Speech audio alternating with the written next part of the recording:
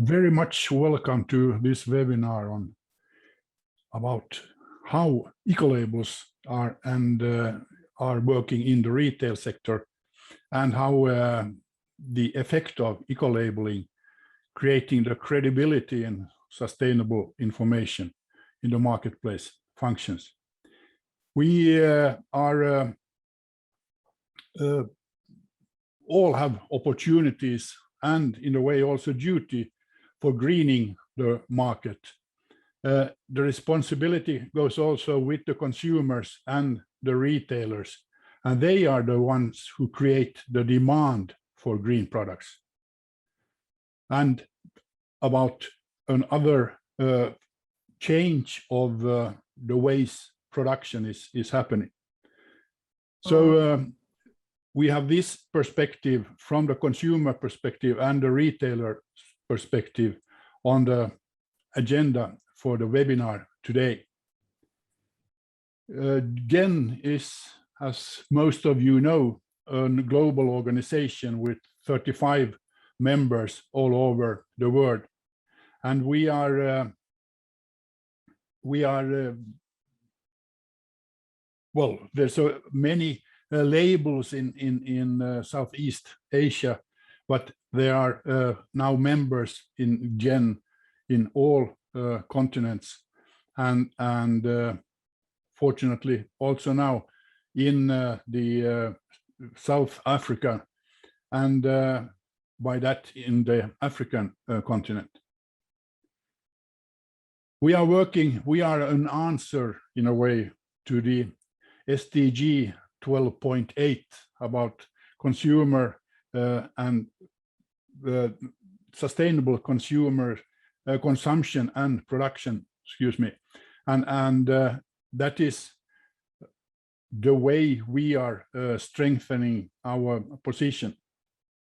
I had yesterday the opportunity to have a short presentation at a side event at COP26 under the auspices of the Turkish government. We were talking about how eco-labeling and public procurement is connected. And that's the other side of where eco-labeling is very important. But today we will talk more about greenwashing and avoiding greenwashing and doing it by credible information in the marketplace. And by that, I'm turning over the words to our first speakers.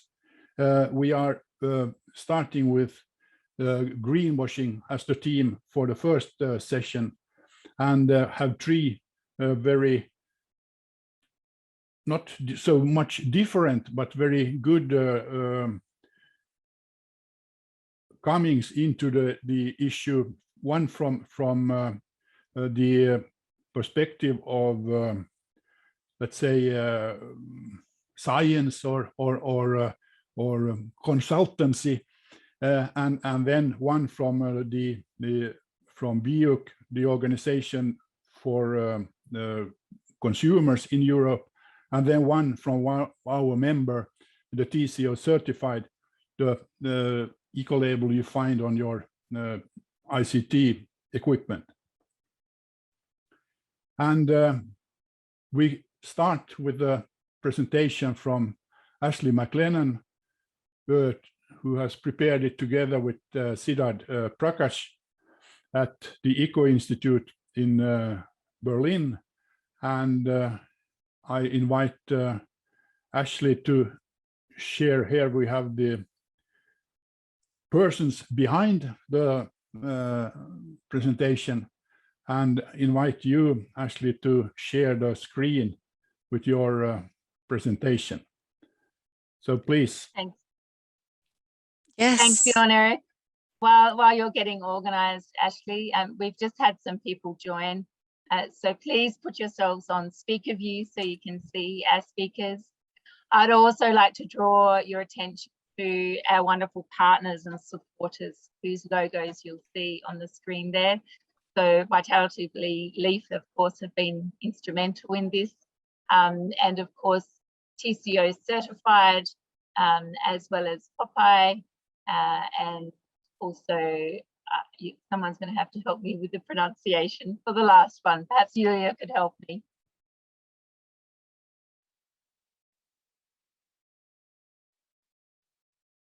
But thank you very much for our partners. It wouldn't have been possible without. So again, speaker view, there is a Russian translation interpretation available that you can click on the bottom of your screen as well. So thanks very much, and apologies, Ashley, over to you. Thank you, Kate, and thank you, Bjorn Eric, for the introduction. Yeah, I'm really happy to be here today and have this chance to present on greenwashing and to set the scene really for the rest of the day. So I'm actually joining from Freiburg in the south of Germany, usually a sunny city, but it's quite foggy right now. And yeah, as Bjorn Eric said, we're coming from a more scientific point of view. So we are a German Institute for Applied Ecology.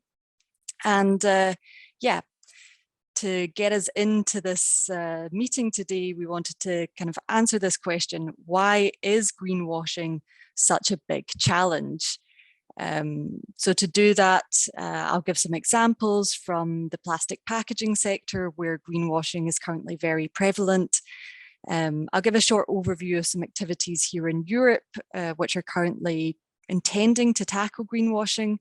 And then I'll finish with a short overview of some guiding principles on what we think underpins credible consumer information.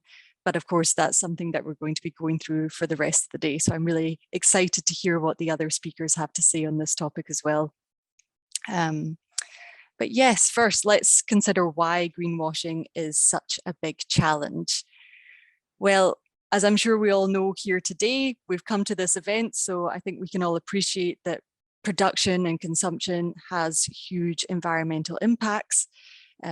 About half of greenhouse gas emissions are estimated to come from production and consumption, but also 90% of biodiversity loss and water stress from things like resource extraction and processing.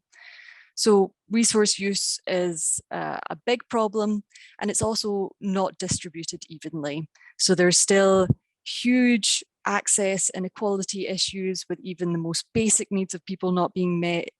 And then on the other side of the spectrum, we have a kind of hyperconsumption, especially among the more wealthy people. So resource consumption is continuing to increase. And between 2010 and 2017, the amount that we consume actually grew 17%. So it's going up very fast. And so this is the reason, like Bjorn and Eric already mentioned, that there's an SDG on responsible consumption and production. And one of the targets is that is supporting relevant information on sustainable consumption. And yeah, information really is key when considering consumption, because while there are some policy tools which seek to remove the most harmful products from the market, the majority of measures that we have to tackle consumption are based on information. So, for example, we have the energy label in Europe, which aims to incentivize more energy efficient purchases. And then there's tools like Ecolabels, which aim to support the demand for market leaders in sustainability. But the underlying assumption of both of these, so in this chart here on the slide, the assumption of the yellow zone and the green zone, is that if consumers have the right information, they can make the right choice. So this information-based approach is drastically undermined by false information. And that's what greenwashing is. It's the act of giving a false impression of environmental impacts or benefits, which misleads consumers and reduces the advantage due to companies which are truly making an effort to green their businesses. Yeah, and greenwashing can be explicit. It can be giving unverified claims like natural or sustainable that aren't backed up by evidence.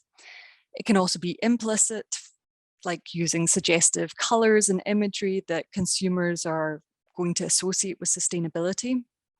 There's also the The virtue signaling, which I think is interesting and more common, especially in social media marketing, where a company gives support for social or environmental movements without changing their core business practices.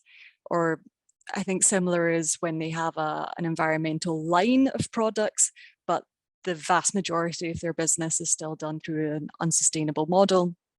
And then finally, the Trojan horse tactic, which is, I think, especially common in the food and drink sector, where, maybe large companies create new, smaller brands which are specifically targeted at eco-conscious consumers that might otherwise avoid their products.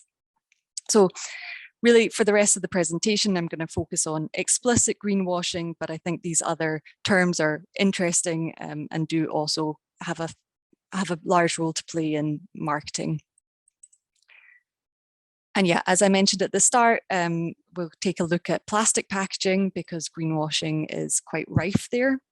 The Environmental Coalition on Standards published a really excellent study earlier this year on plastic packaging, and they kind of examined the plastic claims that are on the market right now and found that just under half don't meet relevance criterion, meaning they don't focus on actual environmental hotspots.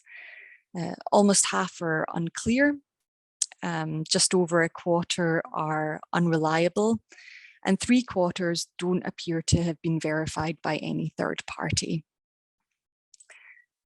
And yeah, part of the confusion for consumers is the range of claims, many of which are either difficult to verify, lack clarity, or are actually meaningless without the right local infrastructure or the right consumer follow-up actions.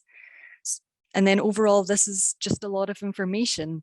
So it's difficult for a consumer to weigh one of these claims against another and decide for themselves which one of them represents the most sustainable option. And yeah, here are some examples also from the ECOS report. So recycled content is one tricky label to define because the wording can often say that a product is expected to contain up to 100% recycled content or can contain up to 100%, which sounds good, but technically it can mean that the bottle that someone is holding in their hand only contains 2%. So the consumer is getting a false impression of their purchase. And a better practice would be to state the average amount of recycled content. And then biodegradable is another problematic claim. And this wonderful cartoon from the ECOS report demonstrates it perfectly. It's presented as a solution to plastic pollution, but biodegradable plastic still takes a long time to biodegrade, and it still poses a risk to wildlife in that setting. And so a better use is really to only use it in products where it can degrade alongside food waste, like here in the coffee capsules or the tea bag example.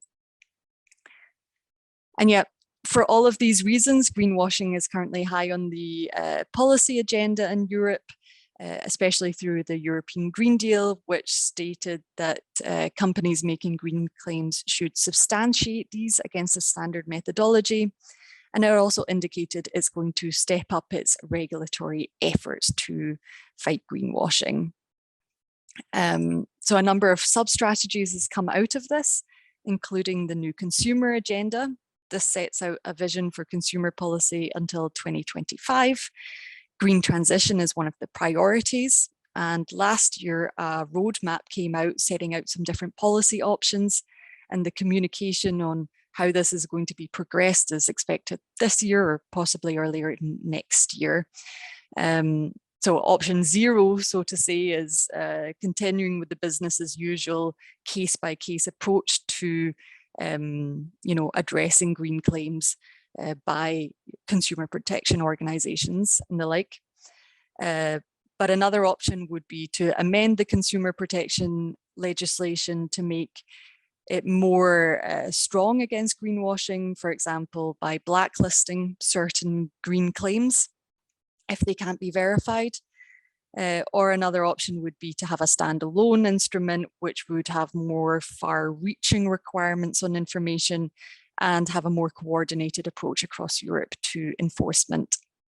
But in general, just want to say that like this type of legislative action is something that we think is very important, because we can't just continue to rely on consumers always making the right choice. It's just putting too much burden on individuals. So we kind of will watch this with interest. Another big potential area is the product and organizational environmental footprints. This is a method that's been in the works since 2013 to assign a product footprint score to every product on the market. It's, yeah, it's exciting. It would be very far-reaching, but of course also very difficult. And the big question right now is it going to be mandatory? If it is mandatory, there are some methodological issues that would still need to be solved. But if it isn't mandatory, then it might just add to the problem because it would put more information on the market in a way that isn't necessarily comparable between products, if not everyone's using it. So yeah, I would say watch this space. It's still a little bit too soon to see how it will affect eco-labels, because on the one hand, it can't replace eco-labels because a footprint doesn't indicate whether something is free from certain substances or how it's been sourced in the way that eco-labels set out to do. But of course, eco-labels will have to respond to this new policy development. So very quickly, I just want to finish with some very high level concepts for credible consumer information. The first is life cycle thinking. Sustainability impacts should be assessed for every stage of a product's life cycle, and they should be holistic, meaning they should take into account the environmental, social, and economic impacts. And then once you have a complete picture of a product, it will become clear that particular hotspots for that particular product exist. So if a label on a product does not address its hotspots, then it's greenwashing, because it's not giving consumers the relevant information on the impact of their purchase. And then finally, clear communication. That's where this information is turned into action. And it's essential that verifiable and recognizable eco-labels exist, because that's something that consumers can trust. So, sorry, I hope I haven't gone too far over my time. Thank you very much for your attention. I look forward to any questions and to the rest of the speakers. Thanks. Thank you, Bjorn Erik. Thank you very much, Ashley. And I very much like when you, in a way, coming into eco-labels through the word holistic and credible information based on holistic information. And it is all credible by the third-party verification. And I know that our next speaker, Blanca Morales, is very much appreciating that from the point of view of the consumers, to have this in the field. So please, Blanca, the floor is yours. Thank you very much, Bjorn. Can you see my presentation? Okay. So yeah, thanks a lot for inviting me to speak at this webinar. Just very quickly to introduce myself, I work as Ecolabel, EU Ecolabel coordinator, representing the consumer organizations, but also the environmental NGOs in the EU Ecolabel board. Now for more than 11 years. And this is a long experience to understand from the inside how the eco-labels work, and how the criteria are set, and how the different stakeholders are involved in doing this. And it is definitely tools that we find more reliable for consumers, and that we advise them to trust. So, but before going into that detail, I wanted to show actually that consumers are not really part of the problem.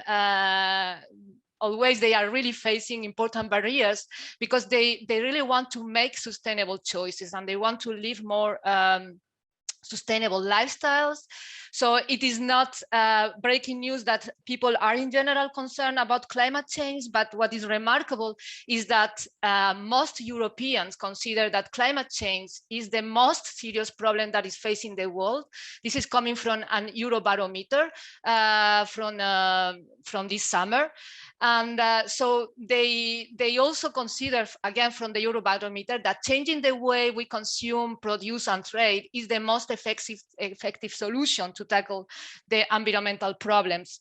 So many people want to make more sustainable choices, but they are facing barriers, like they don't have accessibility easily to the sustainable products, and they also lack reliable information. So we really need a strong policies that are people-centered and that are driving a systemic change and enabling the changing the way we live, we produce, we consume, and we move around. For this, we need really to have like mandatory requirements in place so that the products that are accessing the market are sustainable by design. So this is also an important policy in the EU, driven by eco-design. But we also need strong regulation of green claims. And Ashley before presented some initiatives that the EU is taking in this regard, and which we very much welcome. In fact, the consumers are really receptive to the environmental claims. They are looking for them. So we see also 57% of the consumers take into account the claims when making their purchase decision.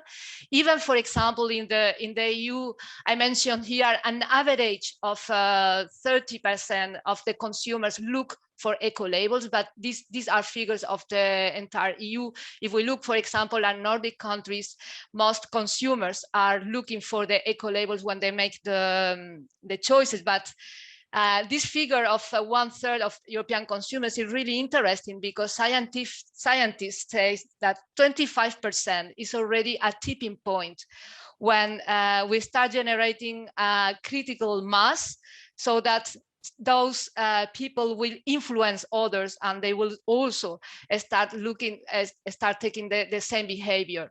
And the point is that, in fact, most people that know the eco-labels trust them. For example, here I have a figure on related to the EU eco-label, also coming from Eurobarometer surveys.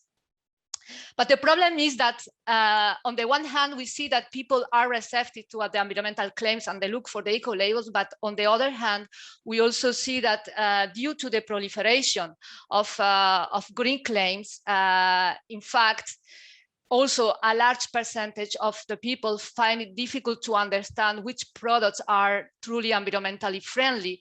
And many consumers even do not trust the environmental information any longer. So in fact, greenwashing is harming the consumers, because they are misleading them in the choices that they are making, but they are also harming the companies that are truly engaging into sustainable production and that are making the efforts. And on the other hand, there are the free riders that are just greenwashing and not going that step further.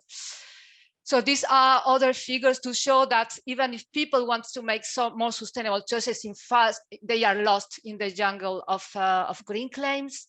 In Europe, 3 out of 4 products have a sort of EU, a sort of environmental claim or label. Around the world, we also see more than 450 labels are displayed on products, but many of those labels are just self-claims label and not really controlled by third-party verification. Recently, this year in 2021, the Commission, also in the framework of the work that they are doing to regulate green claims, they have looked into green claims that are made by online marketplaces, and they found that 42% of the green claims that are in cosmetics, textiles, or household appliances could potentially qualify as unfair, not complying with the EU legislation, because they are exaggerated, or they are false, or not sufficiently documented.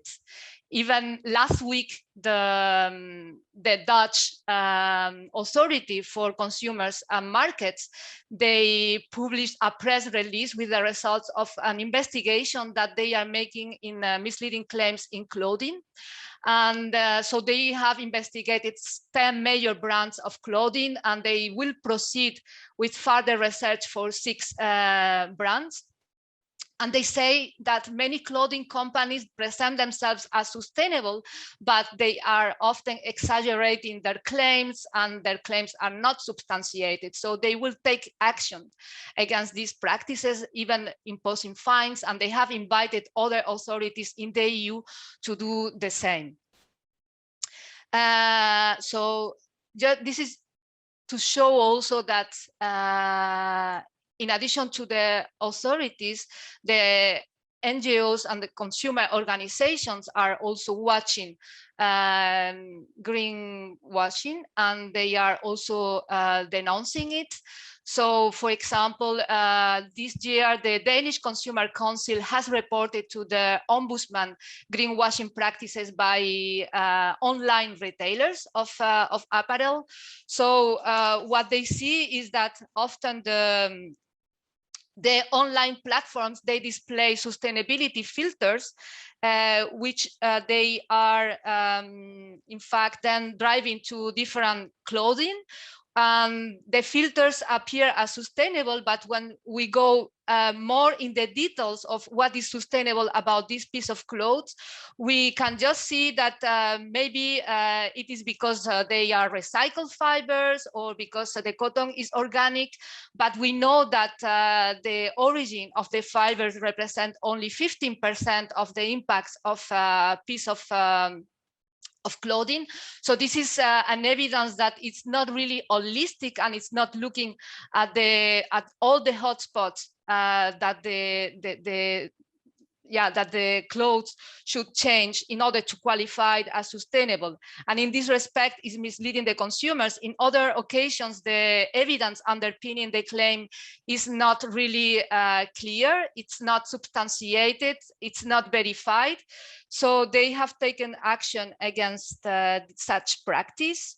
And there is another example to show how important third-party verified labels are for consumers.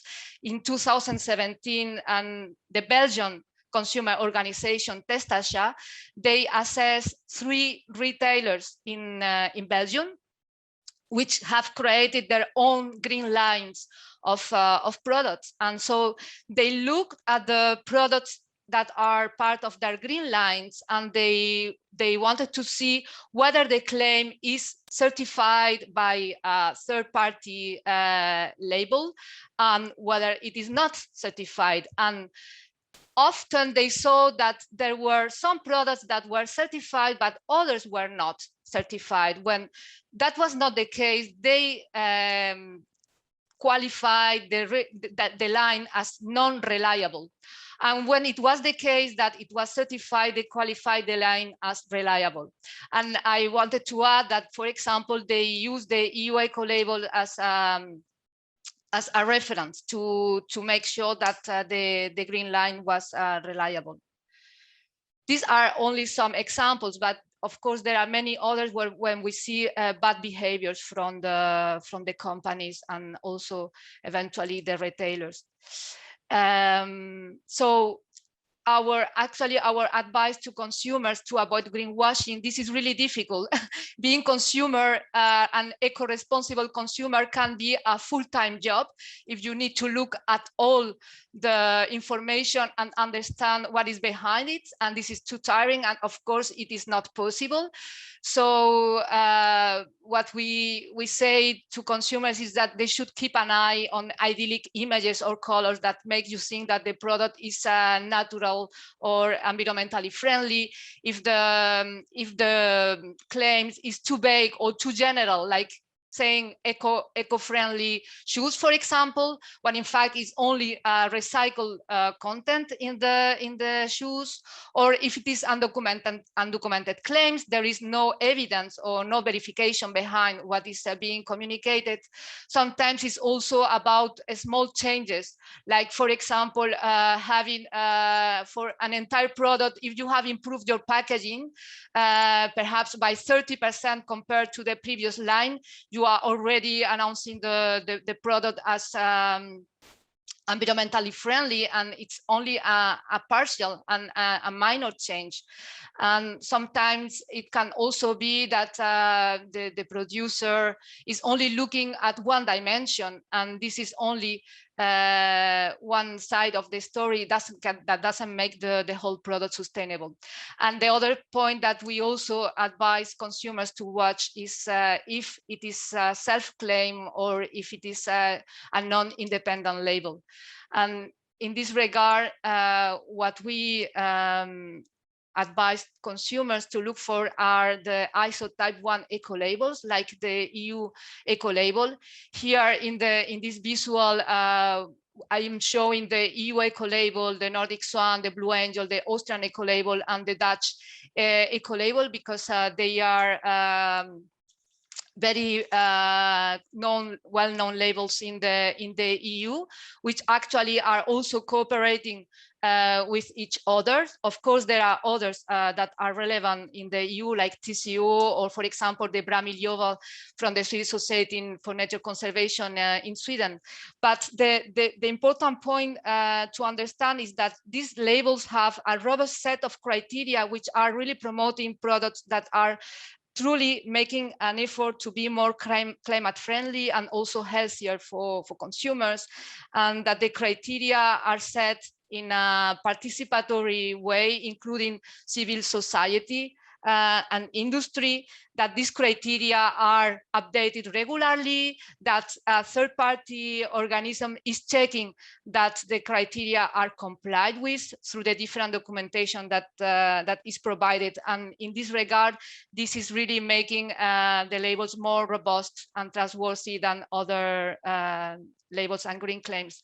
And actually here I would like to add that one of the initiatives that the European Union is also taking as part of their regulatory work of green claims, they are also looking into setting a minimum set of principles or criteria that labels should comply with in order to be reliable. So maybe this work will also help to reduce the jungle of labels in the EU.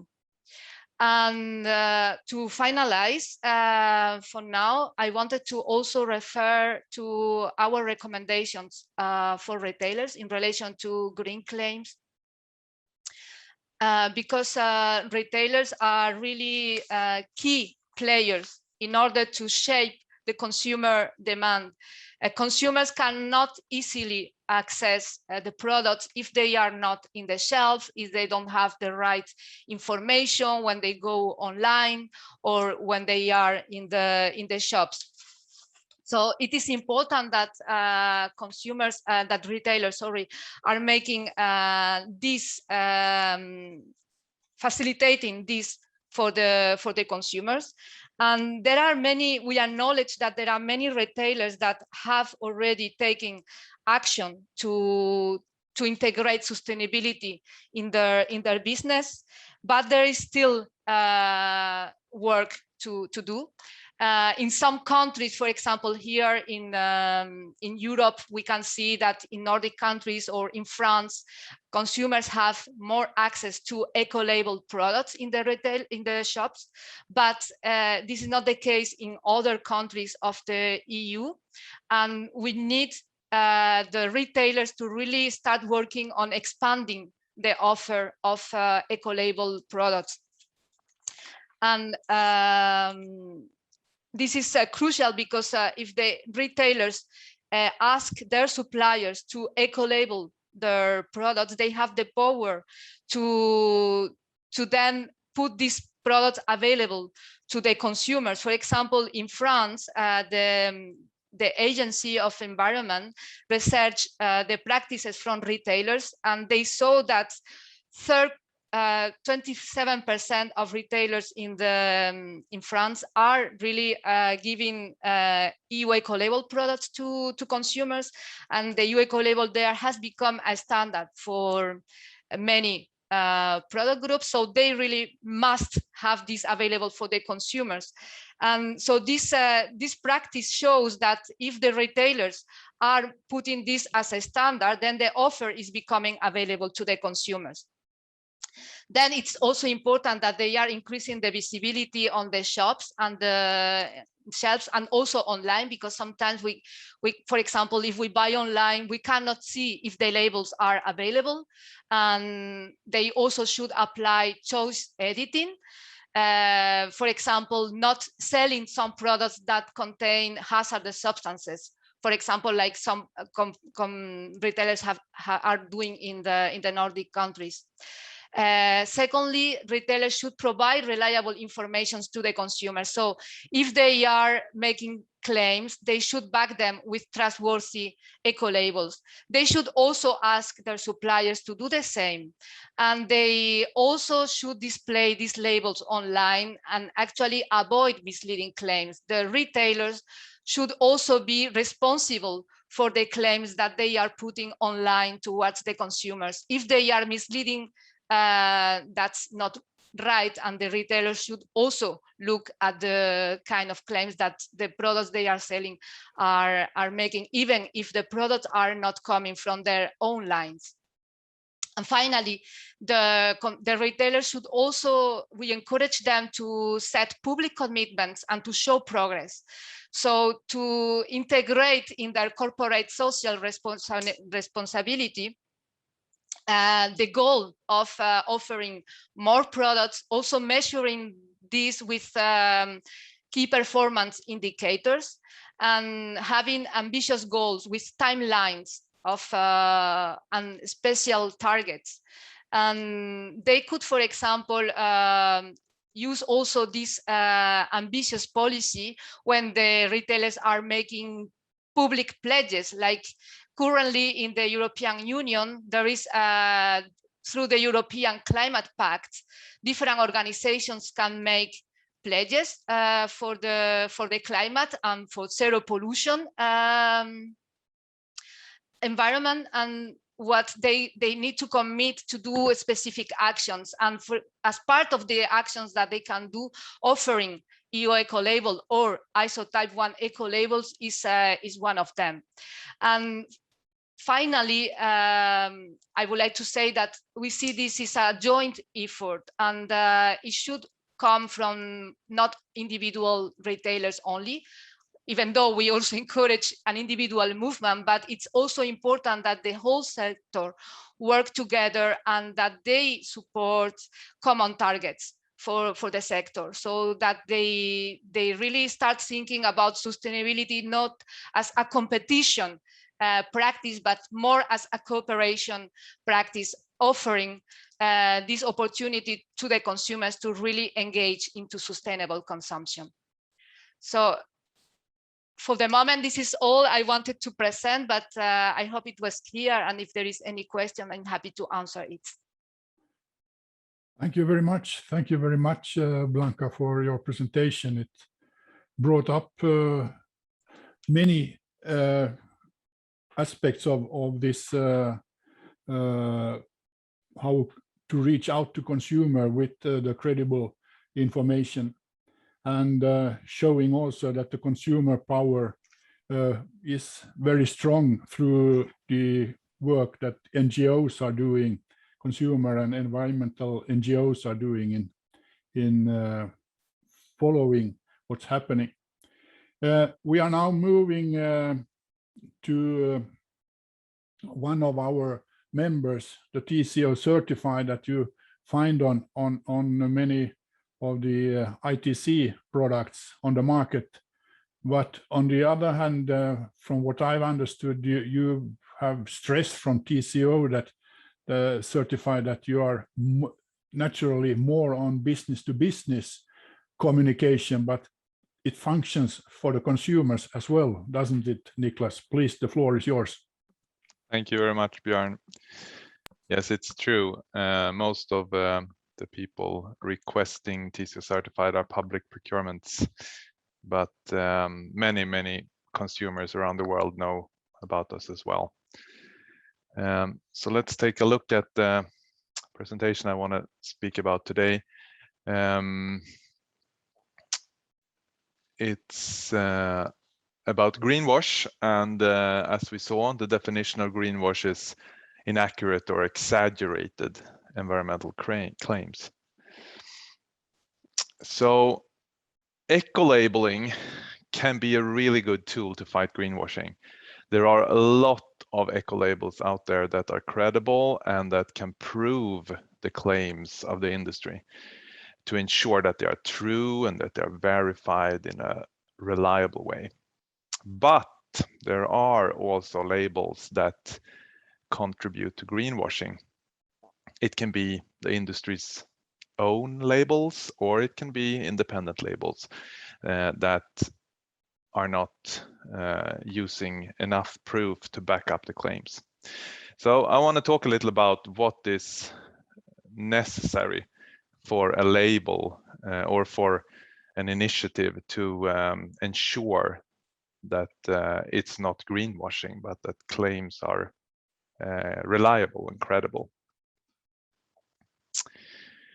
So I would like to describe it in this table. So we have kind of 3 rows here. We have a credible label situation at the top, and then the risk of greenwashing, and then the consequences that occur. And there are a lot of aspects when it comes to labeling a product. I think the most important ones in this context are the criteria that the label use, the proof that is required to ensure compliance with these criteria, that the compliance is ensured during the whole license period or during the validity of the label, so the follow-up process, and then the transparency. How does the label show what impact it creates?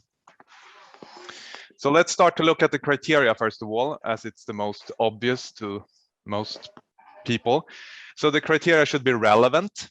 It should be criteria that is relevant for the product. Realistic. It should point out the more sustainable products on the market. Shouldn't be too easy or too tough criteria. It should be holistic, as we already heard, covering the whole life cycle. And if it's a sustainability label, it should be environmental and social aspects, where social is fair trade or working conditions during the manufacturing of the product. It should also be possible to verify all of the criteria that are set. So criteria that are impossible to verify should not be used in a credible ecolabel. So where there is risk of greenwashing, that's when the criteria are outdated. Maybe they are irrelevant, so they are maybe insignificant aspects of the product or something like that. Or there are many options. So it's very difficult for the purchaser or buyer to know, what does my product that I buy fulfill? Because there are so many different options that the industry can use to fulfill the label. or the label is, the test methods and criteria are full of loopholes, so that basically any product could pass by using some of these loopholes. And this can be really difficult for a buyer or purchaser to identify. You have to be quite experienced to see these loopholes and problems. But it's the thing to look out for. So what are the consequences if the criteria are problematic? Well, it will result in exaggerated environmental and sustainability claims. So the label may seem good, but it has low sustainability impact. It really does not create the benefit that it make you believe it does. And it's also misleading. It can be misleading buyers from other labels that actually create that benefit. So then we come to the proof. So for a credible label, every criteria in the label and every product that is labeled should be based on an independent report that is consisting of the proof of compliance. So you should be able to ask the certification body or owner of the label if there is a report, and if that report include proof of compliance with every criteria that the label has set. And the organization owning the label should be able to answer you that yes, such a report exists and we have it in our archive. It's problematic where the label or the claims are based on declaration or promises from the industry. That is quite common. The industry say that they fulfill something and they say that they have proof, but they can't show it to you. And then it's up to you to decide if you trust the industry or not. So it's a quite different situation if independent report exists or if all the claims are based on promises. So the risk and the consequences if you base a label on promises is that these promises may be false and product may still keep the label because no one will know until you ask for the proof and discover you can't get it. Then we have the follow-up. Most labels and certifications are valid for many years. So a product gets a certificate or a label and then it keeps that label for maybe 5 years or 10 years or until the product is no longer in the market. And in order to ensure that it's not greenwashing, the organization owning the label should conduct compliance testing during the whole license period. So depending on the type of criteria, maybe you need to do factory audits every year or every 2 years. Maybe you need to buy products in the market and test them to ensure that they are not containing any dangerous chemicals or fulfill the energy consumption criteria you set. So this is a continuous process. And if you discover during this time that the product is not fulfilling the criteria, you should withdraw the license. Some labels, they allow an initial control when they issue the label, and then they don't look for any problems during the validity, which can be, as I said, many years. And things can change over time. This is especially important when you set criteria on factory conditions, on fair trade and social responsible manufacturing, because those criteria are based on human management in the factories, and that can change from 1 month to the other. When you set criteria on, for example, mercury content in a product, it won't probably change during the lifetime of the product. But for working conditions, there is a big risk of change. So the consequences can be that that is inaccurate, that conditions have changed so much that the product is no longer in compliance after 1 or 2 years, but the product still keep the label. Transparency that's about showing that you really create the impact you say that you create. So the label should report what sustainable impact it creates every year, and the data in those reports should be traceable to documented proof. Some labels and some organizations base their sustainability reporting on assumptions or promises from the industry, and that has a high risk of greenwash.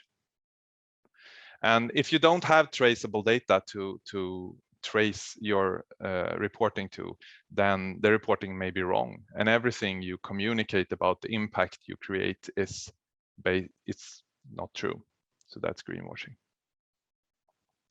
So if you want to read more about this, TCO Development has released a report called Navigate the Sustainability Impact IT Revolution. So you can download it from this link. And if you have questions, you can always contact our organization or me, and I will answer that for you. Or you can ask in the chat in this webinar later on. Thank you. Thank you very much, Niklas. That was a very interesting and point that I didn't know how your presentation would be, and this was something that for everyone working in the field of eco-labeling, very challenging and awakening description of where we should go. There was the last point for the eco-labels, for the credible eco-label, was to report the sustainability impact of the label.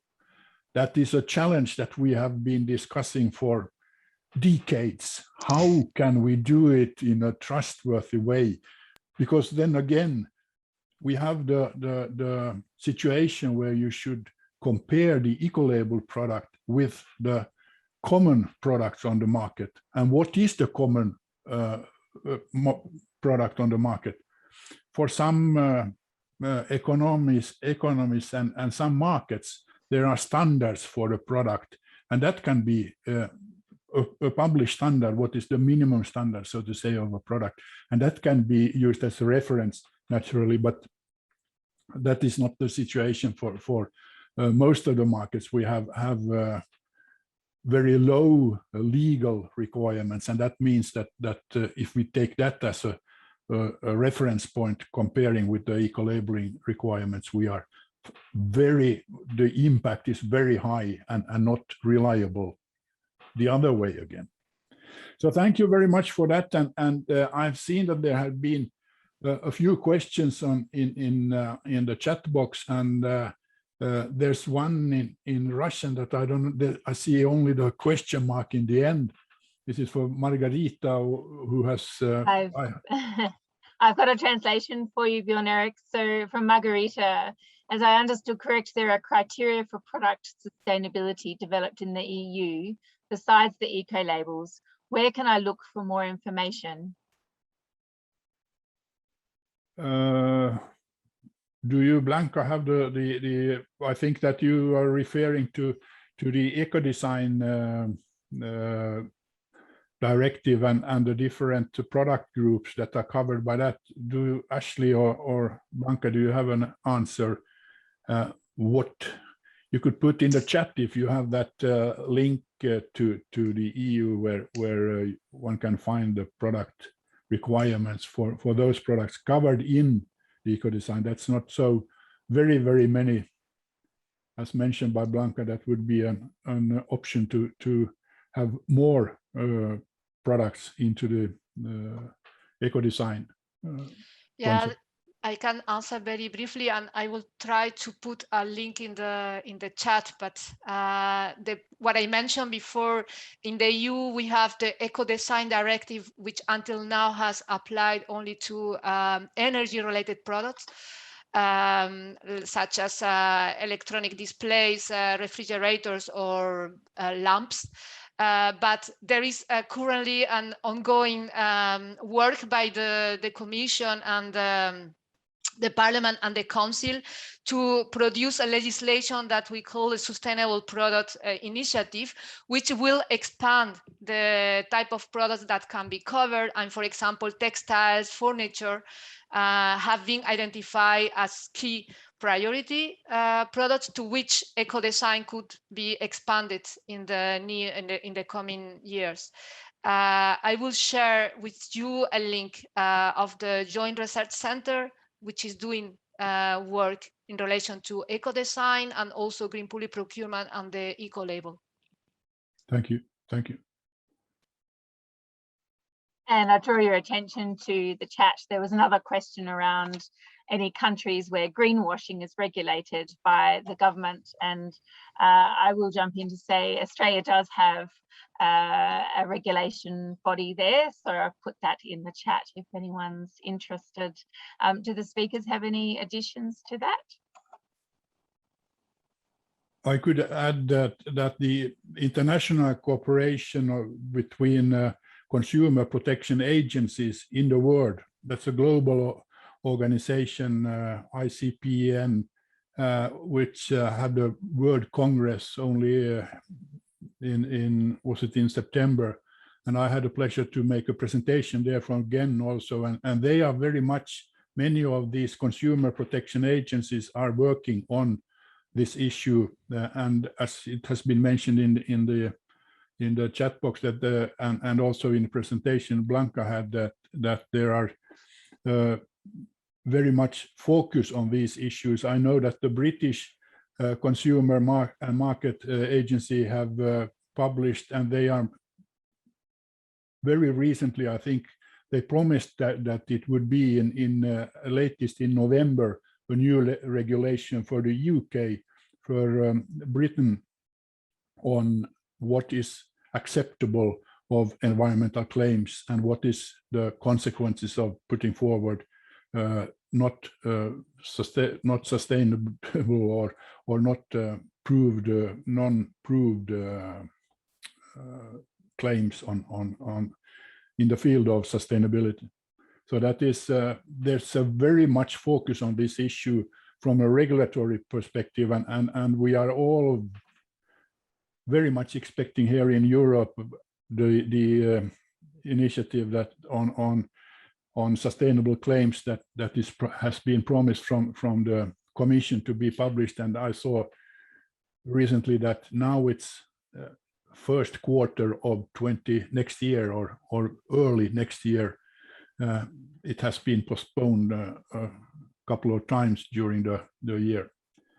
But we'll see what the Commission will come up with, and that will then go for all Europe. But then you have naturally the UK, you have the Canadians, you have also the US EPA, I think, is in a new boost with the new presidency, still a new presidency to come back in that field also.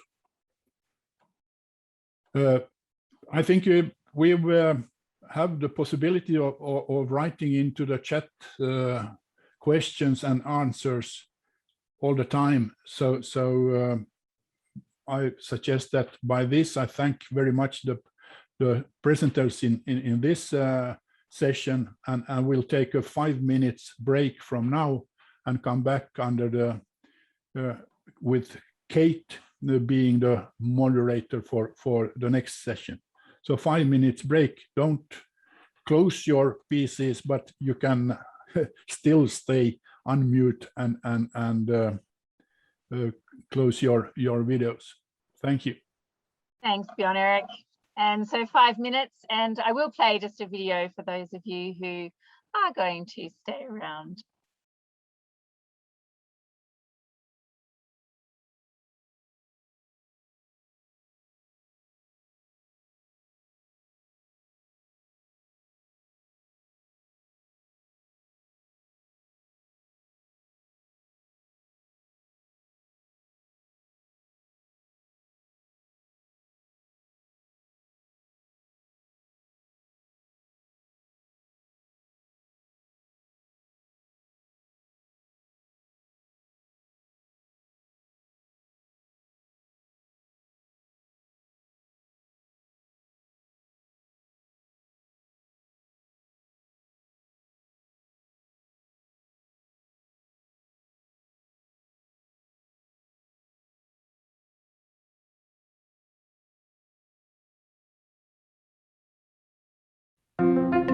A lot of products look green on the surface, but when you look closer, you'll see they're not really what they seem. A product that says it's eco-friendly may just be greenwashing, or may have only one aspect that's better for the environment, such as being recyclable, while other aspects cause pollution or deplete resources. But how can you tell? To make sure the products you choose have less impact from start to finish, look for the life cycle eco-labels. Life cycle eco-labels ensure a product meets multiple environmental requirements over time, including how it's made, used, and recycled. From office supplies to construction materials, life cycle eco-labels can be found on thousands of products around the world, making it easy for you to make choices that really are good. To learn more about life cycle eco-labels, visit globalecolabelling.net.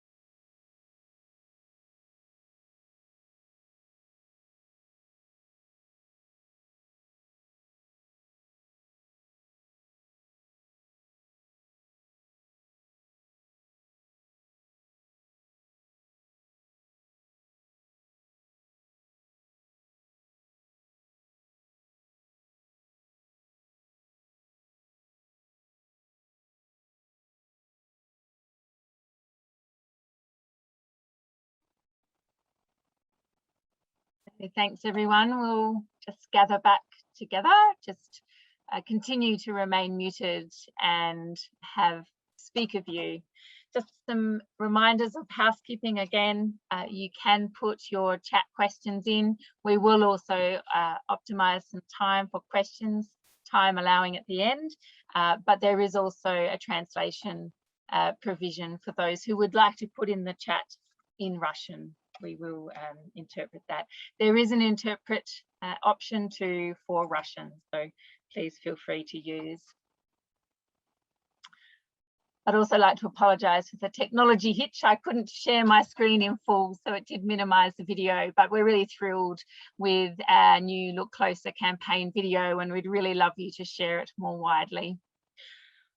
Thank you very much for our previous speakers. I'd also like to thank our partners who have made this possible.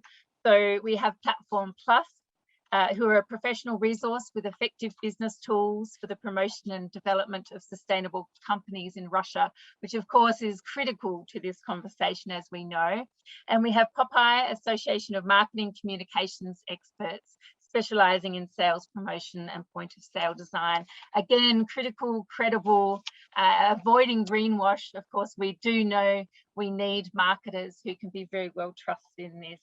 And TCO Development, and you heard from Nicholas, thank you very much. So critical, all of my devices are TCO certified, and what a fantastic service to have. So I'm just going to try now, and hopefully my screen sharing has resolved in the break. There we go. So that's the video. We can post it to you another time, or we can put it in the chat as well.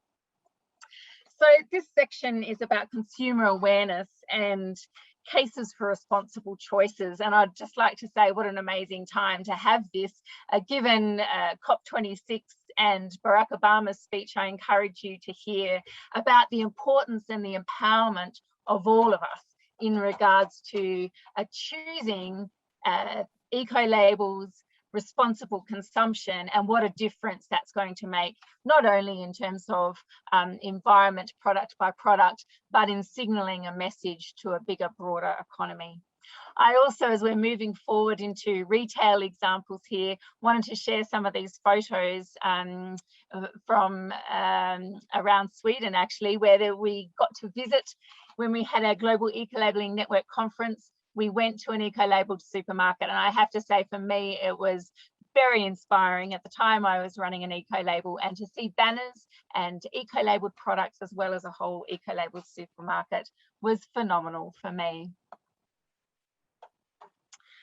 So now we're going to introduce our first retailer, Peter. Thank you so much for coming. 15 years of experience, and is with Magnet, the #1 retailer in terms of the number of stores in the Russian Federation.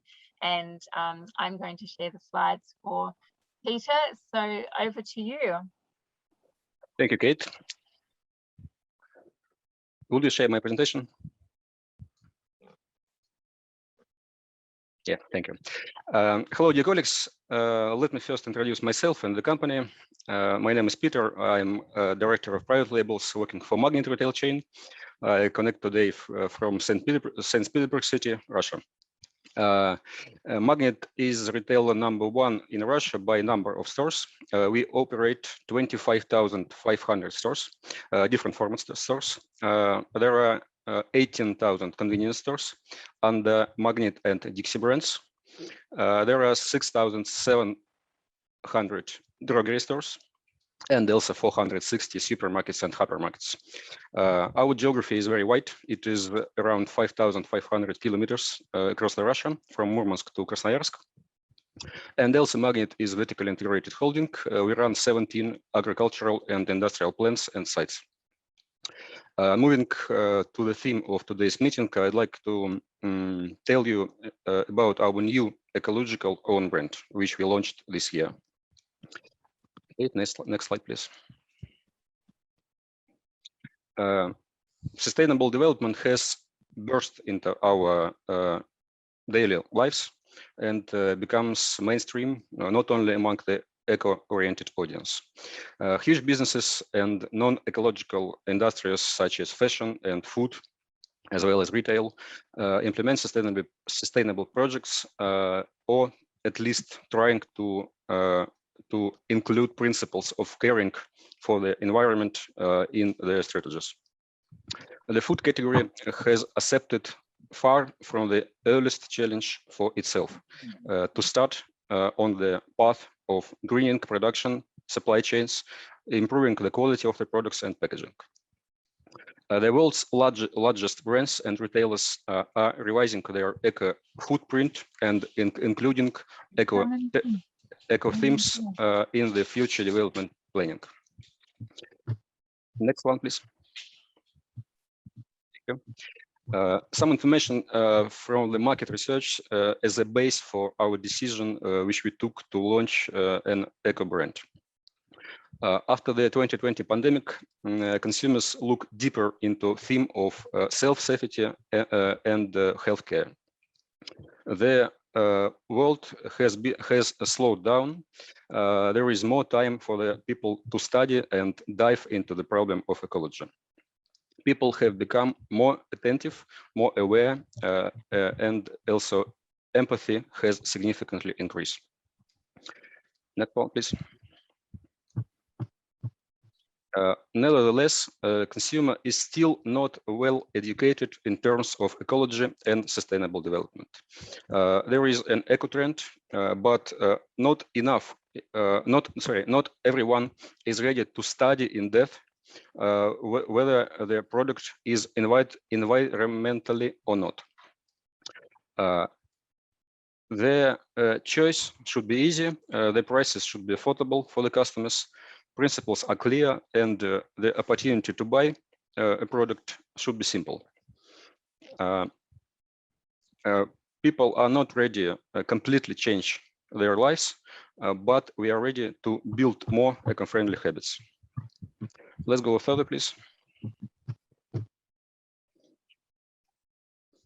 Kate. Thank you. A few words about big brands, A brands on the market. A brands adapt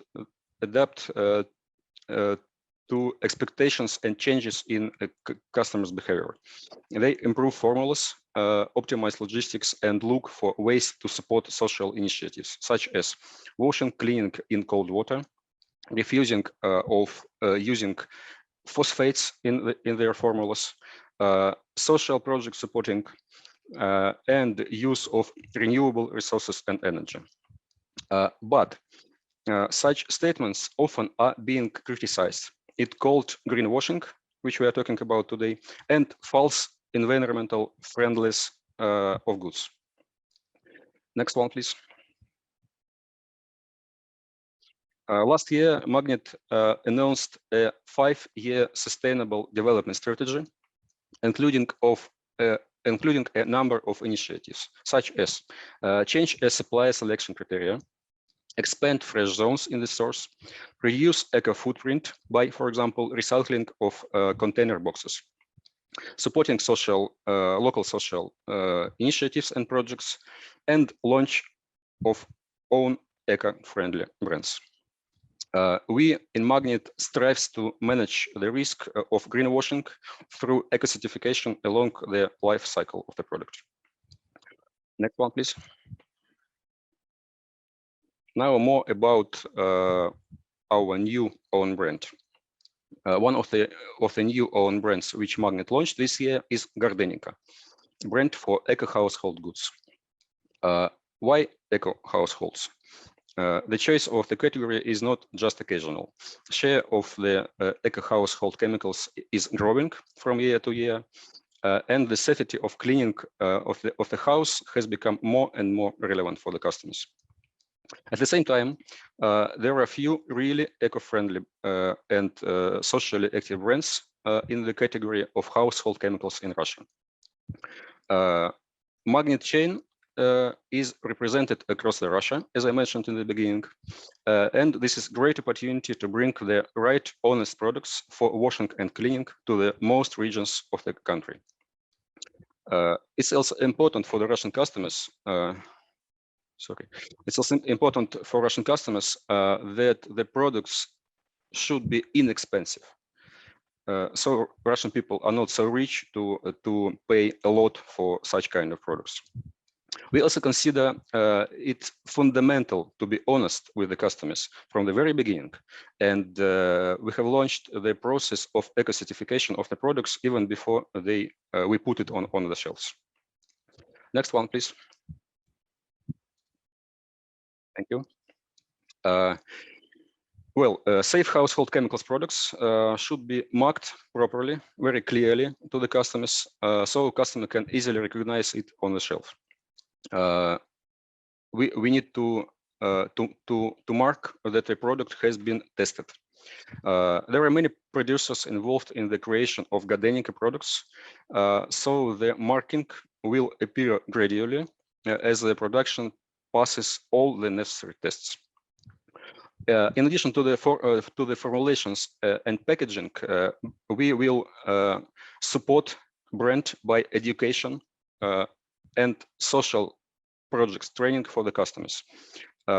It's very important to train our people, especially here in Russia, where yes, it is trend, but not a lot of the people are, I would say, in theme, understand what is it about. So education in the field of plastic recycling and the creation of an eco community for shoppers who are still out of touch and are just starting to try to be ecological friendly. Kate, next one, please. So how the range looks like of Gardenica brand. As of today, there are 19 products in Gardenica portfolio. 8 products are already on the shelf since July, and 11 products will appear in November and December. 4 of them are marked with Vitality Leaf Ecolabel. I will tell a bit more about this Vitality Leaf on the next page. 70% of the portfolio in the next year is going to be eco-certificated and will be marked with the appropriate eco label on the packaging. Okay, next one, please.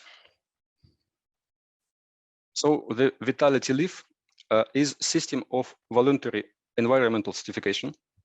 And this is only one Russian eco label recognized by the international expert community. Maybe you know something about this Vitality Leaf. Then next page, please. Just you to know, a slogan of the Gardenica brand is ecological. This is logical. So by this we communicate our ecological story and our advantages to the customers. Going to the end of my presentation, next one, please. We already got feedback from the customers, and by the way, you can scan this QR code on the right top corner and go to the Gardenica Instagram page. In 3 months of sales, we got a lot of extremely positive customer reviews, and we're proud of it. Next one, please. For us, it's a pleasure that the brand's positive feedback is reflected not only on this Gardenica social networks, but also on the independent websites like I Recommend or odzavik.ru. It's Russian local feedback resources, I would say. People want to try and use new brands, get eco news, and participate in creation of safe and honest products. The customer educates himself, dive in the subject, and does not hesitate to ask questions, making the brand better and closer. And in the end, next one, please. I would like to thank you for your attention, and if you should you have any questions, you can contact me directly or put questions to the chat of this conference. Thank you. Thanks so much, Peter. That was a really fantastic example of leadership in the retail sector. So really appreciate the time and the outline and your dedication to moving things forward. Thank you. So now we're going to move a little bit closer to home for me. So I'd like to introduce Paula Clasby, who works with Good Environmental Choice Australia, who is the Global Ecolabelling Network member for Australia, to share a case study where they've been working with a large retailer as well. So over to you, Paula. So thank you, Kate, and hello, everyone. My name is Paula Clasby. I'm Head of Engagement and Marketing at GECA, and I'm joining you from Australia. So today I'll introduce you to work and consumer campaigns that we have been involved in with our licensee Woolworths. And in Australia, we have 2 major supermarket retailers, and Woolworths is one of them. And for those of you who may not be familiar with GECA, I'll give a brief introduction. So GECA is purpose-driven and the only independent, not-for-profit advisory and eco-labelling national organisation in Australia. Our role is to really make buying easier for consumers and business while empowering manufacturers and suppliers to create products and services that are good for people and planet. Our standards are known and respected through many different sectors, including retail, but we're mainly known for the last 20 years in the built environment sector. But as we're progressing with different products that being GECA certified, we are increasing our awareness in these new sectors. And we're very proud to be a GEN member and the only GEN member in Australia. And on the right, you'll see an illustration there that illustrates what our Ecolabel does. It actually has a number of different areas apart from environment. It looks at health, social and ethical, and fit for purpose. I'll go into our journey with Woolworths, and that began in 2018 when they sought our certification for their reusable plastic bags. And earlier this year, the products certified expanded to certify a range of cleaning products that were actually under their own Woolworths macro brand, and as well as their Woolworths Lego-like bricks. So it was a momentous milestone for GECA in that it provided the opportunity for us to reach a wider consumer audience, increase the awareness and importance of a Type 1 eco-label, and provide the consumer with an easier way to make a better choice. As I mentioned earlier, historically over the last 20 years, we've been most known in the built environment, mainly because that is where most demand and drivers come from in Australia. And also the Woolworths macro range extended outside of food for the first time, so that was a big change for them, into cleaning products. And these products were later introduced and launched in a refill station, a first for Woolworths as a trial pilot, and there is the expectation that that will be rolled out to other stores. And that is to really further minimise waste and change the way consumers purchase products. So there are many reasons why businesses come to us to get certified, for reasons such as because they feel it's the right thing to do, to reduce risk management, to look at compliance, to protecting reputation, ensuring that the claims they make on their products aren't contributing to greenwash. And a large retailer like Woolworths has the opportunity to make a real impact to help drive their suppliers to undertake best practice in manufacturing. Highlighting how our standards are based on life cycle thinking and include comprehensive sustainability criteria, supporting circular economy principles. And this was particularly important for Woolworths as well, to have products certified with a whole of life label that considered hotspots and end of life. So for example, in having easily accessible and visible drop-off areas in their store for products to be returned for recycling and made into new products. So in Australia, we have seen a considerable increase in value and purpose-driven consumers, which is very exciting. So business, including retail, is responding and seeing the value that third-party certification brings for all involved and essentially to help minimise greenwashing. Now, I'll just go into a bit more detail about the campaign. It was very successful. And throughout the campaign, it was really important to explain who GECA was, what our eco-label covered, as most consumers in Australia may be more familiar with single issue labels. And so a Type 1 label like ours needed to be better understood.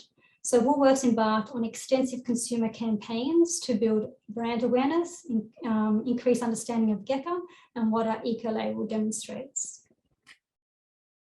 So there were a number of different areas of the campaign, including a landing page that was created that provided a lot of detail on what, not only on what products were certified, but information on our label, a Q&A about GECA, diving really deep into the different elements that our eco-label covered, as well as an interview with our CEO, Michelle Thomas. The campaign also included TV, digital promotion, articles in publications. There were media releases and even a cinema ad. The image that you can see there in the middle and to the right are images of the refill station that had the GECA certified cleaning product range, and that is something hopefully will be rolled out. There was also frequent promotion via catalogues, in-store point of sale, social media, and in-store video and radio.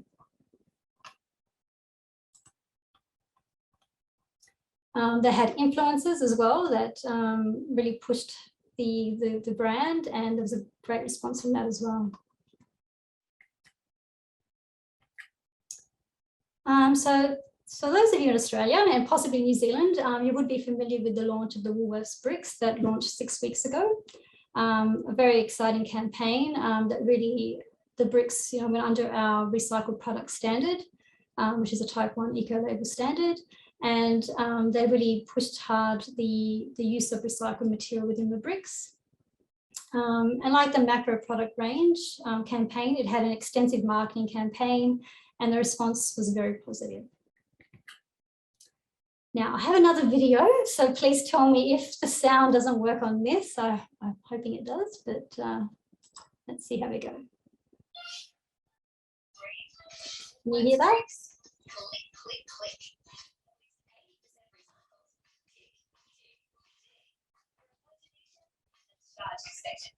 Trucks, trolleys, fridges and aisles. Powered by the sun. Now having fun. Get 1 pack free with every $30 you spend.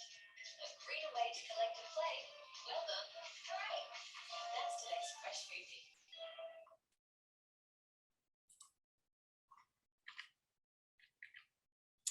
So that comes to my presentation, and thank you very much for your time and attention, and you're most welcome to contact me or put some questions in the chat. Thank you.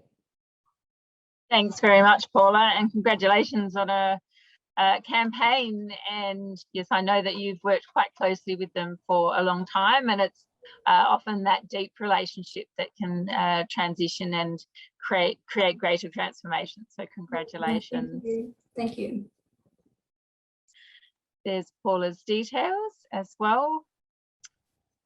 And without further ado, we'll move to, you heard earlier about Vitality Leaf and the wonderful Global Ecolabelling Network member, Julia herself, who's been instrumental with her team in making this webinar happen. And of course, Julia is incredibly informative in this space. And so a big thank you for speaking today, Julia. Welcome. Thank you, Kate. Hello, everybody. And I'm glad to meet you all today. Please, Kate, could you share my presentation? And the challenge of greenwashing is very broad and relevant for many national markets. And of course, it is considered to be a global problem. And facing greenwashing, it is very important to have the right reference points to be able to distinguish what is really credible claim and what is greenwashing. And I will talk about that a little bit more.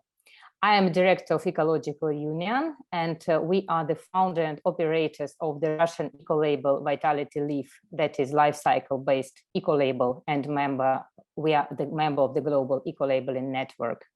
And please, next slide. One of the tools for providing the credible information for consumers is UNEP guidelines. It helps people to distinguish credible claims from greenwashing, and it was developed by the international group of experts with the feedback of over 90 stakeholders. The process was led by the UN Environment and International Trade Center. And guidelines is a consolidated document that aims to provide professionals with clear guidance on how to make effective, trustworthy claims to consumers on product-related sustainability information. The guidelines were translated into 5 languages. And this year we have initiated also the Russian translation and official presentation of the Russian version with support of 2 big retailers. These are Leroy Merlin and X5 Retail Group, and also the Russian branch of Global Association for Marketing at Retail Popeye. The Russian version was presented at the event within the Russian Retail Week. This is one of the biggest events for retail in the Russian market. Next, please. You can also watch the video both in English and Russian that describes the principles of credible information in a very simple and smart manner. I will not show it now, but you can find it on the YouTube both in English and Russian. And next, guidelines contain 5 fundamental and 5 aspirational principles that are very recommended to follow. Reliability and relevance principles require that the claim should have a reliable scientific basis and demonstrate real improvements of the product based on the life cycle.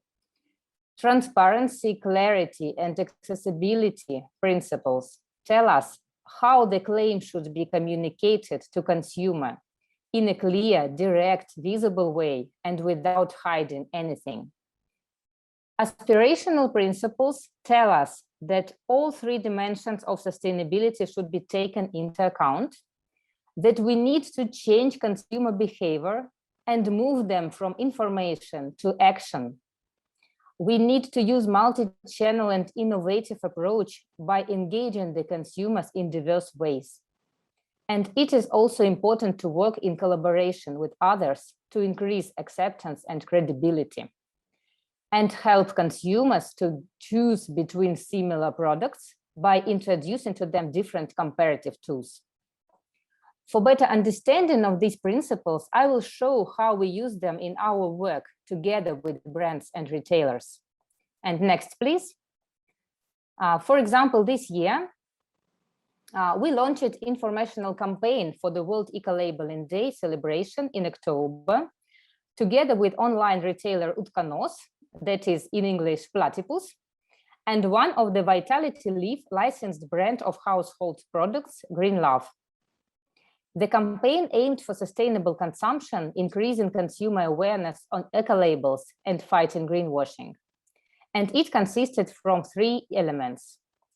The first one was affording discounts for ecolabeled products. And this illustrates the credibility principle because we use life cycle based ecolabels that are recommended also by the UNEP guidelines as a tool to prove the environmental claim. And we worked with only type 1 ecolabels, which are very credible, and the members of the global Ecolabelling Network. Discount for ecolabeled products was rather innovative approach, as ecolabeled products are usually more expensive than others. And we also tried to change people's behavior by motivating them to buy more ecolabeled products. And the next slide, please. Second was special educative quiz for consumers. These demonstrate the accessibility principle because people, through the game, through answering the questions, can know more about ecolabels and greenwashing. When user answered the question incorrectly, more information was shown to him so that he could find out the right answer and description of that. And the next slide, please. The third part, the last of the campaign, was held in social media of the retailer. Our company posted information about type 1 ecolabels, explaining what do they mean, and then asked people to distinguish different labels and find credible labels among greenwashing labels. For most active participants, there were gifts from the Green Love brand, which is Vitality Leaf ecolabeled household products, and you can see them in the slide. Here you can see the principles of the guidelines, which are transparency and clarity, because retailers give consumers thorough information about ecolabels. They don't just show the labels themselves, but they give comprehensive and clear information about how ecolabel works, about its scientific basis, criteria, and why consumers should use this tool, and what benefits can ecolabel give to our planet. And in the whole, you can see that it is very important to use ecolabel in the communications following all the principles of the guidelines, because in this case, it will be the most effective way to change consumer behavior. If the company only puts the label on the product package, it cannot be enough and cannot bring the effective impact without good and thorough communication following the principles. And I would also say that all this campaign attracted more than 20,000 of people who went through the test, who participated in this context, and who read the information about ecolabels on the retailers' social media. And the next, I encourage everybody who works with consumer information to use the principles stated in the UNEP guidelines. And you can find there more interesting cases. And it is also important to stress the fact that the life cycle ecolabels, who are the members of the global Ecolabelling Network, are given as the examples in several cases in the guidelines, because international experts really consider ecolabels to be good and highly recommended tool for consumers, retailers, and companies. The tool that can provide credible information and avoid the greenwashing. You can see my contacts at the next slide, and thank you for your attention. I will be happy to have your questions now or later. Thank you very much. Thanks, Celia. We might have questions at the end, but I'm sure there'll be plenty. I'm just thrilled that there's a product called Platypus, knowing that they're an Australian. So, but very informative, and again, highly emphasizing the critical nature of eco-labels and that life cycle perspective, which really, if you want to do the right thing by people and planet, is the only way to achieve that best practice. So thanks again, Celia. And last but definitely not least, we have Else Lindelboom from SMK. So again, an Ecolabel and a Global Ecolabelling Network member, but more specifically in certifying food here, perhaps. So I welcome Else, who's going to share her slides to tell us more about On the Way to Planet Proof. Yes, good morning, everyone. Let me try that slide sharing.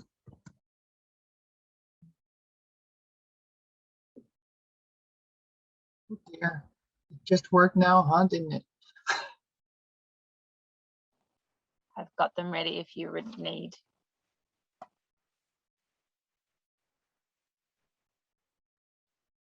There we are. If I'm correct, you can see now what my screen is. Thanks. Yeah. So Els Lindenboom from the Netherlands. I'll be speaking about how to fight greenwash in the retail sector. And I'll be discussing the role of On the Way to Planet Proof as a food eco-label in the landscape of many other labels. So firstly, where does the label come from and how do we try to be as reliable as possible? We are an independent nonprofit organization. We have managed a lot of environmental quality labels to stimulate more sustainable production, out of which Milieukeur and On the Way to Planet Proof are a couple. We are a Gen full member, which means we are a type 1 organization with external verification in the field. We are accredited under ISO 17065. We're also part of NTA 8813. We are benchmarked SAI FSA Gold level, and we are part of the 10 Dutch top quality labels of Milieu Centraal. So these are a couple of things where we try to make sure that we are as reliable as possible as an organization. Now, what about those criteria? We set the criteria together with many stakeholders. So here you see a dynamic of different actors like Greenpeace, WWF, environmental organizations, growers, traders, retail, water boards, government, etc. And on the one hand, we need to make the criteria very ambitious, but also it still needs to be achievable for the growers. So as long as the criteria are achievable in practice, the growers are on board and they can make it happen. And they see it as a way to promote their products and the sustainable quality of those products as well. And finally, our independent board of experts decides on the achievability and the ambitiousness of the requirements. So about that promotion and communication, so what are the rules? How do we communicate exactly? Only certificate holders are allowed to communicate about the products, no one else. So you have to be certified. The whole chain has to be certified. So the grower, the trader, and even the supermarket can be certified. There are strict rules about use of logo and registration numbers so that traceability is guaranteed. And retailers, if they are also certified, are allowed to communicate broadly about the planet-proof products, also the unpackaged products like fruits and vegetables. So in fact, in short, it means if you're short on the packaging and more information is available on the website, there you can be more broad about the underlying criteria. Mind you, the Dutch Authority for Consumer and Market, I heard it earlier before today, is chasing labels and stores who make unsubstantiated or vague claims. So this is what we have to really look at, otherwise we are pulled back and we have to explain ourselves again. Now I switch to the role and position of consumers. So people have different roles, right? So one person can be a concerned citizen or an eco-conscious consumer, I heard earlier, who wants to find extra information.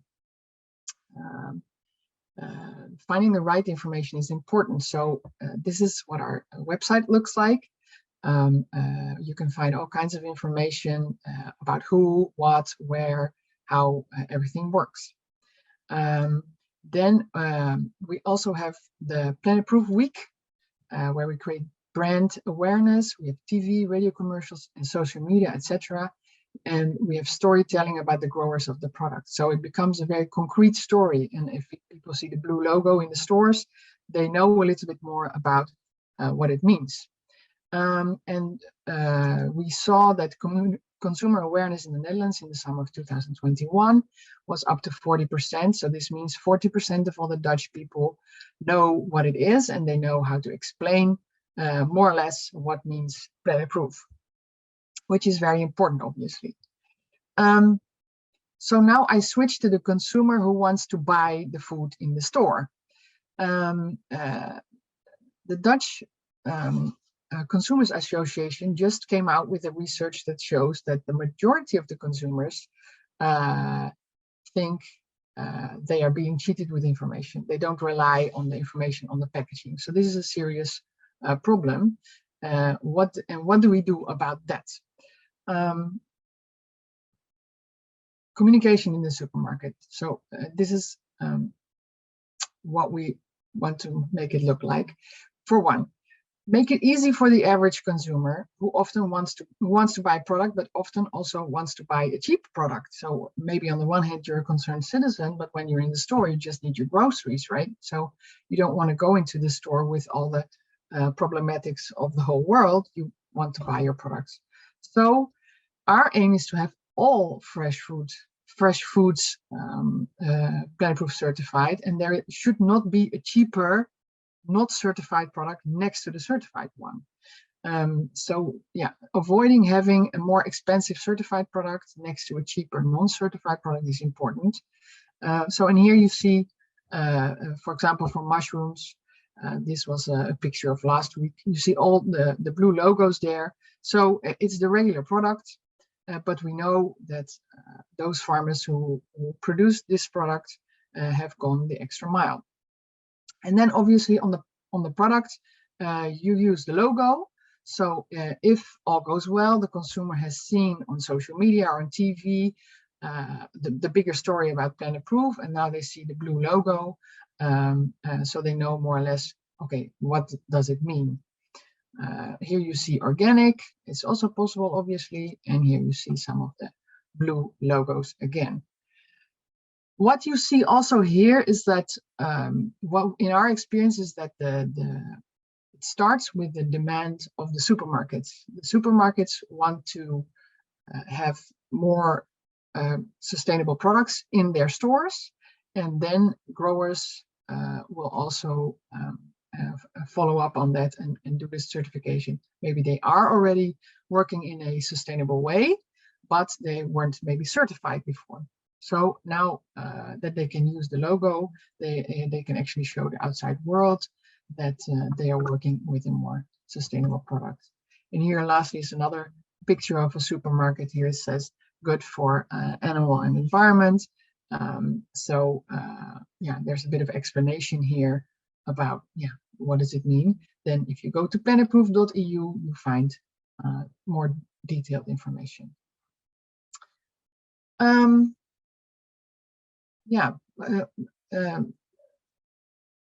That was the concise information that I have for you.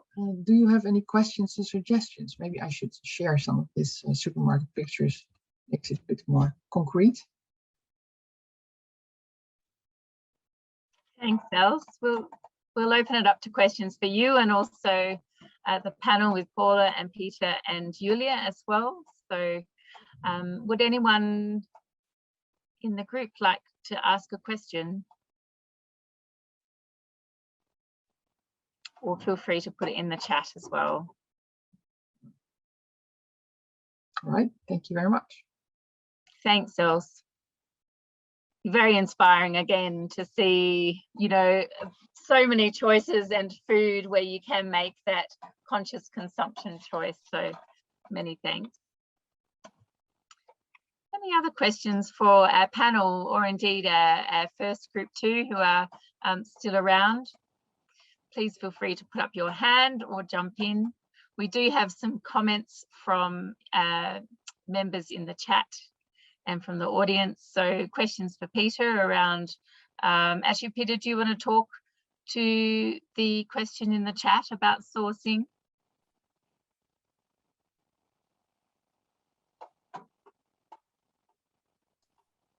I'm sorry, Kate, do you asking me? Yes, I was interested in the question in the chat that you answered about where you source. Mm-hmm. Yeah, we do sourcing in different countries. There are Poland, Italy, Russia. So the places doesn't matter. We just trying to find producer suppliers who is in accordance to our criteria, strict criteria. Thank you. Julia, you've got your hand up.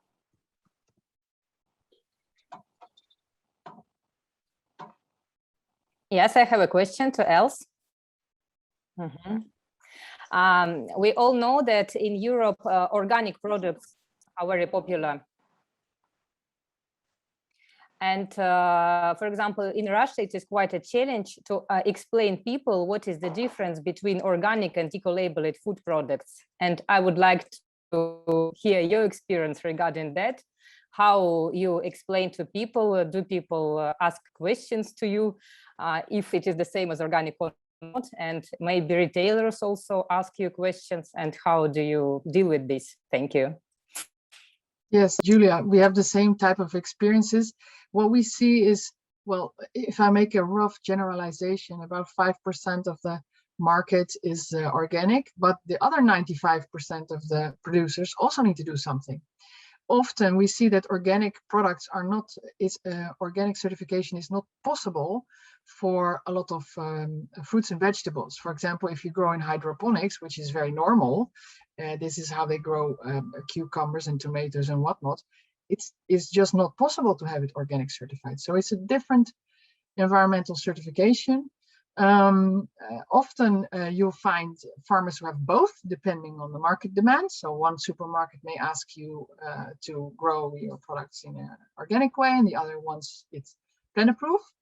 On the grower end, we try to combine those audits as much as possible with Global Gap, what we also have, or with other certifications, so that for the grower it's not too demanding.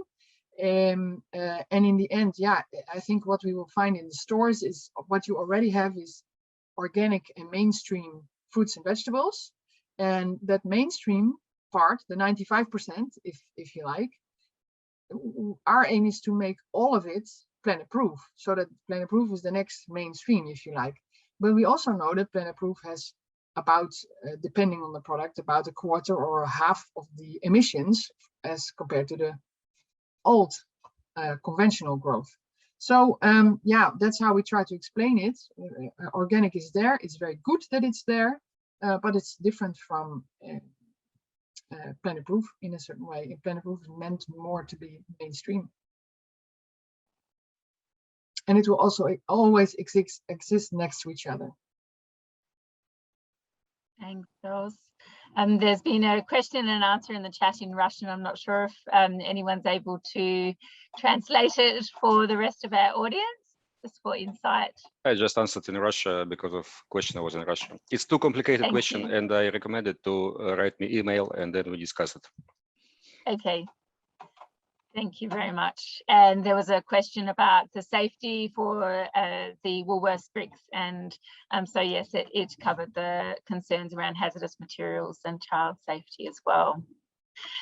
So my reflections then, if there are no more questions, I would just like to thank this panel for giving me real life examples of success stories, which for me right now is continues to be critically important. And I think for all of us to be able to have a low barrier entry into making those choices and walking our talk. So I find it very inspiring to see all of these examples. I might throw to Bjorn Erik just to reflect on the whole session and to see if there's any last comments or questions from you, Bjorn Erik. So thanks again for our speakers and of course also our sponsors and partners. Thank you for organizing the conference. Thank you all for your participation. I've seen that we've been some 80 people on the call, and that's from both all over the world. From I've seen that our colleagues from Chinese Taiwan and Thailand and China, Beijing, and so on. So we have been a broad international, and naturally the Americans are not there; they are still sleeping. But they will see this on the homepage. We will publish the recording at the homepage globalecolabelling.net, where you also find more information about the members of GEN by clicking further down there. I thank you all for organizing. Thank you all for participating. And as a last recall or call for everyone, it's not only about climate and carbon, it's about all environmental issues when you are buying products or thinking of sustainable consumption and production. By those words, thank you very much, and we're looking forward to meet you and see you again, at least virtually. Thank you. Thanks, Have a good day. Bjorn. Bye. And just a last thank you to our interpreters for their support too, as well as Vitality Leaf for coordinating, and also Platform Plus, Popeye and TCO Development. So big thank you. We look forward to sending the recording. Have a good day. Thank you. Right.